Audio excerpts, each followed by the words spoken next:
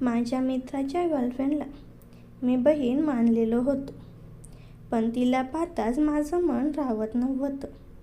म्हणून एके दिवशी मित्र बाहेर गेल्यावर मी तिला सलग तिसऱ्यांदा, नमस्ते मित्रांनो, ही माझी पहिली आणि सत्यकथा मानलेल्या बहिणीची आहे, जी मी तुमच्याशी शेअर करत आहे. माझ्या बहिणीचं नाव सौम्य आहे. तिचा रंग अगदी गोरा आहे. तिची फिगर जवळपास 30-26-32 असेल. उंची साधारण 5 फूट 2 इंच असेल. तिचे व्यक्तिमत्व खूपच आकर्षक आहेत आणि तिच्या पाठमोऱ्या बाजूबद्दल काय सांगू मित्रांनो. जेव्हा जेव्हा मी तिची पाठमोरी बाजू पाहायचो, तेव्हा मनात यायचं की आताच तिला सुंदर वेळचा अनुभव द्यायचा. मी स्वतःबद्दल थोडं सांगतो. माझं नाव राजू मिश्र आहे. माझी भावना थोडी मोठी आहे. सौम्या माझ्या जवळच्या मित्राची गर्लफ्रेंड होती, त्यामुळे ती मला भाऊ मानायची. पण मी तिला पहिल्यांदा पाहिलं तेव्हा माझी भावना खूप दाटून यायची. माझा मित्र तिच्याशी कमी बोलायचा आणि मी जास्त, कारण मला ती आवडायला लागली होती. पण ती मला फक्त भाऊच मानायची. कधी कधी मी तिला म्हणायचो की काश तू माझी गर्लफ्रेंड असती, तर ती माझी गोष्ट हसत हसत टाळायची. एकदा आम्ही दोघे बाजारात गेलो. तिला खरेदी करायची होती. मी तिला माझ्यासोबत बाईकवर बसवलं आणि आम्ही बाजारात निघालो. वाटेत मी विचार केला की आज सौम्याशी थोडं मजा करावं. मी मुद्दाम डिस्क ब्रेक लावायचो आणि ती माझ्याशी चिटकायची. जेव्हा तिचा शिना माझ्या पाठीला लागायचा, तेव्हा तिचे व्यक्तिमत्व माझ्या भावनेला बेचैन करायचे. मी वाटेत अनेकदा असं केलं. मग आम्ही बाजारात पोहोचलो. तिने खूप खरेदी केली. कपडे आणि सँडल्स घेतले. आता तिला आतली कवर घ्यायची होती, म्हणून तिने एका कॉस्मेटिकच्या दुकानाबाहेर मला थांबायला सांगितलं. मला समजलं की तिला काय घ्यायचं आहे. मी तिला म्हणालो, मी पण सोबत येतो. ती म्हणाली, इथे मुलं येत नाहीत. मी जास्त आग्रह केला तर ती म्हणाली, ठीक आहे, तुम्ही काउंटवर बसा, मी फक्त 10 मिनिटात येते. मी होकार दिला. मग ती आज जाऊन कवर पाहू लागली. आता मला पण पाहायचं होतं की ती कोणत्या स्टाईलची कवर घेते. मी आज डोकावून पाहिलं तर तिच्या हातात पर्पल रंगाची कवर होती. काही क्षण मी तसा तिला पाहत राहिलो. तिने पुढच्या मिनिटातच खरेदी पूर्ण केली आणि बाहेर यायला लागली. मी तिला येताना पाहून परत तिथेच बसलो.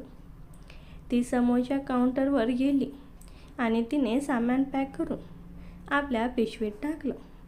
मग माझ्याजवळ येताच म्हणाली, खूप उशीर झाला आहे, अंधार होणार आहे आणि खूप भूकही लागली आहे. चला काहीतरी खाऊया. मी होकार दिला आणि आम्ही जवळच्या एका रेस्टॉरंटमध्ये गेलो. तिथे आम्ही जेवण केलं आणि वेटरला बिलाचे पैसे देऊन टिपही दिली. वेटरने आपल्या उत्साहात म्हणालं, थँक्यू सर, तुम्ही छान जोडी आहात. त्याचं बोलणं ऐकून आम्ही दोघे हसू लागलो.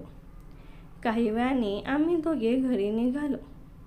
वाटेत मी सौम्याला म्हणालो, तो वेटर आम्हाला जोडी समजला होता. ती म्हणाली, हो, कुणीही असेल, तो आम्हाला इतकं जवळून पाहून असंच म्हणेल. पण त्याला खरं कुठं माहीत आहे की आपण एक नाही. मी पटकन म्हणालो, मग एक बनवूया ना. तिने माझ्या खांद्यावर प्रेमाने हात मारला. मीही झटकन ब्रेक लावले. यामुळे पुन्हा तिचे व्यक्तिमत्व माझ्या पाठीला लागले. माझी भावना दाटून सलामी द्यायला लागली.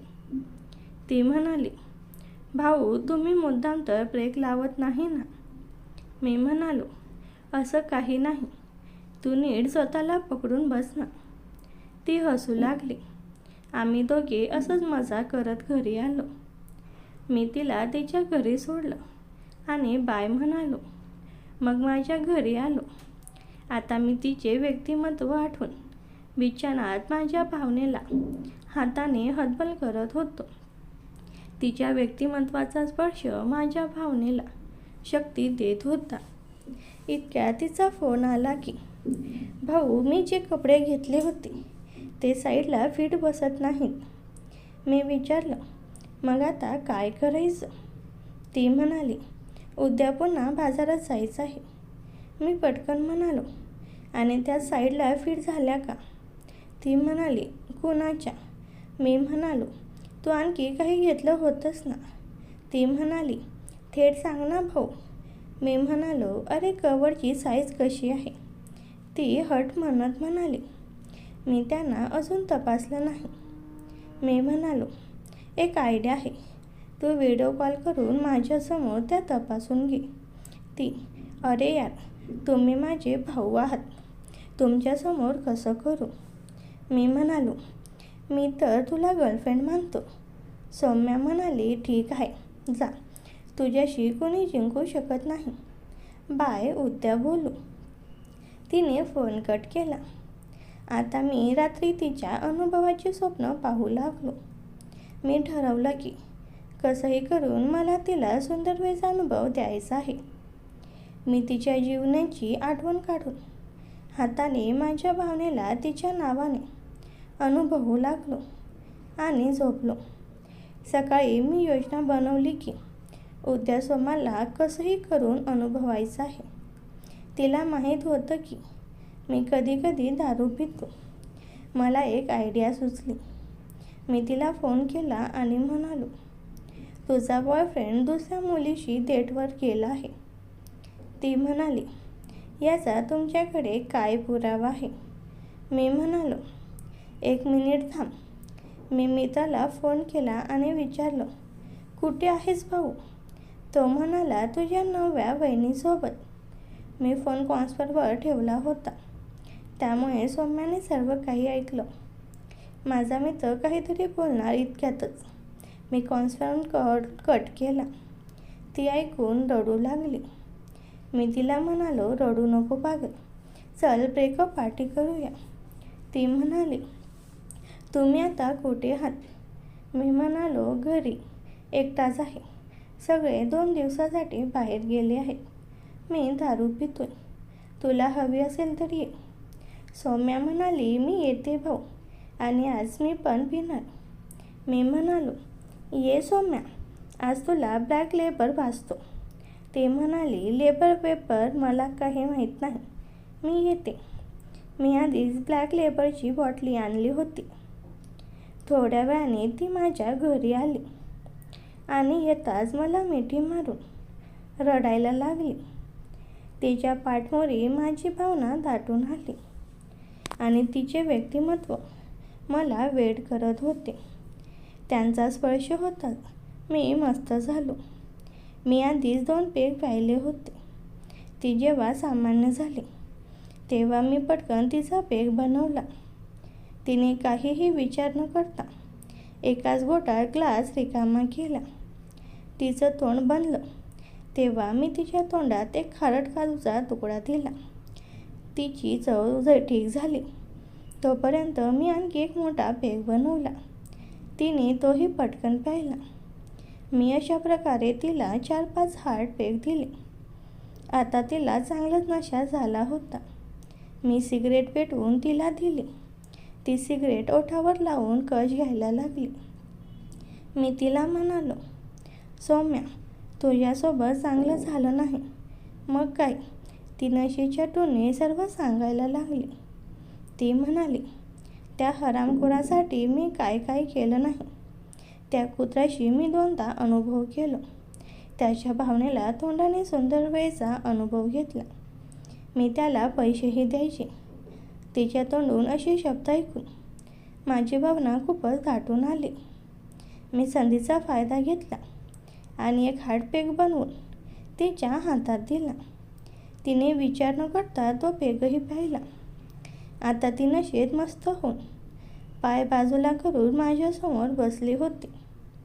मी माझा एक हात तिच्या मांडीवर फिरवत तिला म्हणालो, जर मी त्या जागी असतो तर तुझ्यासारख्या सुंदर मुलीला कधीच फसवलं नसतं. ती मला नशिल्या डोळ्याने पाहायला लागली आणि म्हणाली, तुम्ही मला इतकं प्रेम करता. मी होकार दिला आणि थेट तिच्या ओठांवर माझे ओठ ठेवून तिला पापी द्यायला लागलो. तीही माझ्यासोबत साथ द्यायला लागली. मी तिला पापी देत एका हाताने तिच्या व्यक्तिमत्वांवर हात नेला आणि स्पर्श करायला लागलो. आता तिला अनुभवाचा नशाही चढला.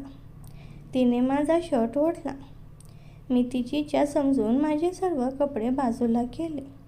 आता मी तिच्यासमोर पूर्ण मोकळा उभा होतो. मी तिला पापी दिलं आणि खाली भावनेकडे इशारा करत तिला भावनेला तोंडात सुंदर वेळचा अनुभव घ्यायला सांगितलं. तिने पटकन माझी दाटून आलेली भावनेला तोंडाने तिने माझ्या भावनांना आपल्या ओठांचा स्पर्श करताच मला स्वर्गीय सुख मिळालं. तिचा तो ओला स्पर्श आणि जिभेची हालचाल पाहून माझी बेचैनी अजूनच वाढली होती. सौम्या आता पूर्णपणे नशेत आणि भावनांच्या आहारी गेली होती. मी तिच्या डोक्यावर हात ठेवून तिला हळूवार कुरवाळत होतो. काही वेळाने मी तिला थांबवलं आणि तिला बेडवर झोपवलं. तिच्या अंगावरचे कपडे आता हळूहळू अडथळा ठरू लागले होते. मी एक एक करून तिचे कपडे बाजूला केले. तेव्हा ती माझ्यासमोर पूर्णपणे नैसर्गिक अवस्थेत आली. तेव्हा तिची 30-26-32ची फिगर पाहून मी अवाक झालो. एखाद्या अप्सरेसारखी ती दिसत होती. मी पुन्हा तिच्या ओठांचा आणि गळांचा वेध घ्यायला सुरुवात केली. तीही आता पूर्णपणे प्रतिसाद देत होती. मी माझ्या हाताने तिच्या शरीराच्या प्रत्येक भागाचा स्पर्श अनुभवला. तिची त्वचा रेशमासारखी मऊ होती. आमची ही ब्रेकअप पार्टी आता एका वेगळ्याच उंचीवर पोहोचली होती. मी तिला जवळ घेतलं आणि आम्ही दोघेही एकमेकांच्या मिठीत हरवून गेलो. बाहेर काळोख दाटून आला होता, पण आमच्या खोलीत मात्र भावनांची ऊब पसरली होती. खोलीत मंद प्रकाश होता आणि वातावरणात सौम्याचा तो नशिला सुगंध दरवळत होता. ती पूर्णपणे माझ्या मिठीत विरघळली होती. मगाशी रडणारी सौम्या आता एका वेगळ्याच विश्वात होती. तिने माझ्या खांदे घट्ट पकडले आणि माझ्या डोळ्यात डोळे घालून म्हणाली, राजू, आजपर्यंत मला कोणीच इतकं आपसलं वाटलं नव्हतं. तो फक्त माझा वापर करत होता, पण तुझ्या स्पर्शात काहीतरी वेगळं जोड आहे. तिचे हे शब्द ऐकून माझी भावना अधिकच अनावर झाली. मी तिच्या कपाळावर, गालावर आणि मग हळूहळू तिच्या मानेवर ओठांचा स्पर्श केला. ती शहारली आणि तिने डोळे मिटून घेतले. 30-26-32ची तिची ती रेखीव फिगर माझ्या हातांना एक वेगळाच आनंद देत होती. मी हळूच माझा हात तिच्या कमरेवरून फिरवत खाली नेला. तिची त्वचा खरोखरच रेशमासारखी मऊ होती. मी तिला अधिक जवळ ओढले आणि आमच्या शरीराचा स्पर्श होतात जणू वीज कडाडली. तिने तिचे पाय माझ्या कमरेभोवती विळखा घालून घट्ट केले. आता कोणताही पडदा उरला नव्हता. मी तिला विचारलं, सौम्या, तुला खात्री आहे ना? तिने उत्तर न देता फक्त मला अधिक जोरात मिठी मारली, जे तिचं हो म्हणणं होतं. मी आता तिच्या शरीराच्या प्रत्येक कोपऱ्याचा शोध घेऊ लागलो. ती नशेत असली तरी तिला मिळणारा तो सुंदर वेळचा अनुभव तिला सुखावत होता. मी जेव्हा तिच्या पर्पल रंगाच्या आवडीबद्दल विचार केला, तेव्हा मला आठवलं की आज ती खरोखरच माझ्यासाठी सजली होती. रात्र अधिक गडद होत होती आणि आमचा वेग वाढत होता. सौम्याच्या तोंडून निघणारे ते हलके आवाज माझ्या कानात संगीतासारखे घुमत होते. मी तिला पूर्णपणे तृप्त करण्याच्या जिद्दीने प्रयत्न करत होतो. अखेर आम्ही दोघेही त्या सर्वाच्या शिखरावर पोहोचलो, जिथे फक्त शांतता आणि समाधान होतं. काही वेळ आम्ही तसेच एकमेकांच्या मिठीत पडून राहिलो. तिचा श्वास आता संथ झाला होता. तिने माझ्या छातीवर डोकं ठेवलं आणि म्हणाली, राजू, आजपासून मी तुझी झाले.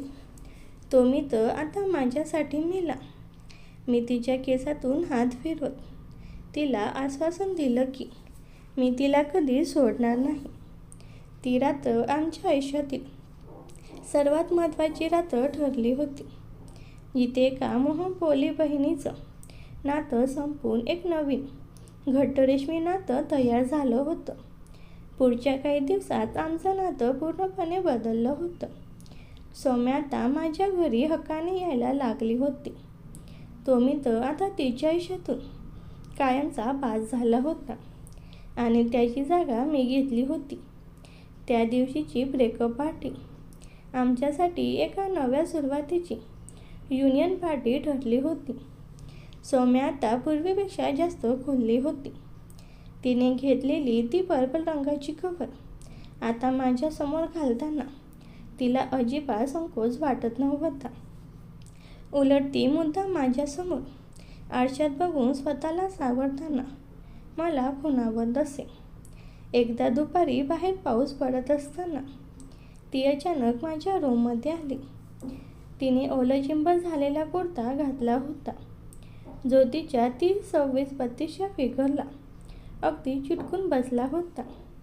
तिला पाहून माझी भावना पुन्हा एकदा दाटून आली. मी तिला जवळ घेतलं आणि तिच्या ओल्या केसातून हात फिरवला. ती हसून म्हणाली, राजू, आता तर मी तुझीच आहे, मग इतकी घाई कशाला?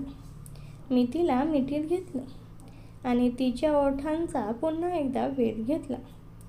पावसाच्या थंडाव्यात आमच्या शरीराची जीव पुन्हा एकदा वाढू लागली. मी तिला बेडवर नेलं आणि त्या दिवशीचा तो अनुभव पुन्हा एकदा जिवंत गेला. यावेळी मात्र कोणतीही नशा नव्हती, फक्त शुद्ध प्रेम आणि एकमेकांबद्दलची ओढ होती. सौम्या आता माझ्या प्रत्येक स्पर्शाला ओळखून होती. तिने हळूच माझे कपडे बाजूला केले आणि माझ्या छातीवर डोकं ठेवून म्हणाली, मला माहिती होतं की तू माझ्यावर प्रेम करतोस, पण मला वाटलं होतं की तू फक्त भाऊ म्हणूनच बघतोस.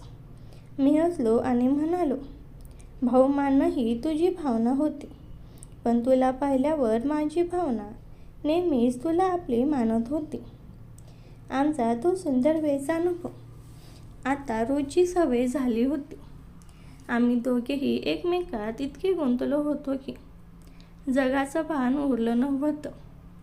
तिची ती गोरी त्वचा आणि आकर्षक व्यक्तिमत्व आता पूर्णपणे माझ्या मालकीचं होतं. आम्ही तासनतास गप्पा मारत आणि मग प्रेमाच्या त्या अथांग सागरात बुडून जात असू. अशा प्रकारे एका चुकीच्या नात्यातून बाहेर पडून सौम्याला माझ्या रूपाने एक खरा जोडीदार मिळाला होता आणि मला माझ्या स्वप्नातली ती सुंदर परी. काही दिवसानंतर आमचं नातं एकदम सुरळीत चाललं होतं, पण नियतीला काहीतरी वेगळंच मान्य होतं. त्या दिवशी दुपारी सौम्या माझ्याकडे आली होती आणि आम्ही बेडवर एकमेकांच्या मिठीत निवांत पडून होतो. अचानक माझ्या घराची बेल वाजली. मी विचार केला की यावेळी कोण असेल. मी घाईघाईने कपडे घातले आणि दरवाजा उघडला तर समोर माझा तोच मित्र उभा होता, ज्याच्यासोबत सौम्याचं ब्रेकअप झालं होतं. त्याचा चेहरा रडवेला झाला होता आणि तो धापा टाकत होता. मला काही समजायच्या तो घरात शिरला आणि म्हणाला, राजू, मला माफ कर रे. मी तुला त्या दिवशी खोटं बोललो होतो. मी ज्या मुलीसोबत होतो ती माझी कोणी गर्लफ्रेंड नव्हती. ती तर सौम्याची सख्खी चुलत बहीण होती आणि आम्ही सौम्यासाठी सरप्राईज बर्थडे प्लॅन करत होतो. हे ऐकताच माझ्या पायाखालची जमीनच सरकली. सौम्या आतल्या खोलीतून बाहेर आली आणि हे ऐकून ती सुन्न झाली. माझ्या मित्राने पुढे सांगितलं, सौम्या, मी तुला कॉल करायचो प्रयत्न करत होतो, पण तुझा फोन बंद होता. राजूने मला त्या दिवशी अर्धवटच बोलू दिलं आणि फोन कट केला. आता परिस्थिती एकदम गंभीर झाली होती. सौम्याला समजलं की ती मुद्दामून तिला फसवून तिच्या मनातील माझ्या मित्राबद्दलचा राग वाढवला होता. तिने माझ्याकडे रागाने पाहिलं आणि तिच्या डोळ्यातून घळाघळा पाणी वाहू लागलं. राजू, तू माझ्या विश्वासाचा फायदा घेतलास. तू मला भाऊ मानलंस नाही आणि प्रियकर म्हणूनही तू मला फसवून मिळवलंस. तिने झटकन तिची बॅग उचलली आणि काही न बोलता मित्रासोबत निघून गेली. मी तिथेच उभा राहिलो. माझ्या हाताने मी माझं सुखाचं जग उद्ध्वस्त केलं होतं. आता सौम्या परत येईल की नाही हे मला ठाऊक नव्हतं.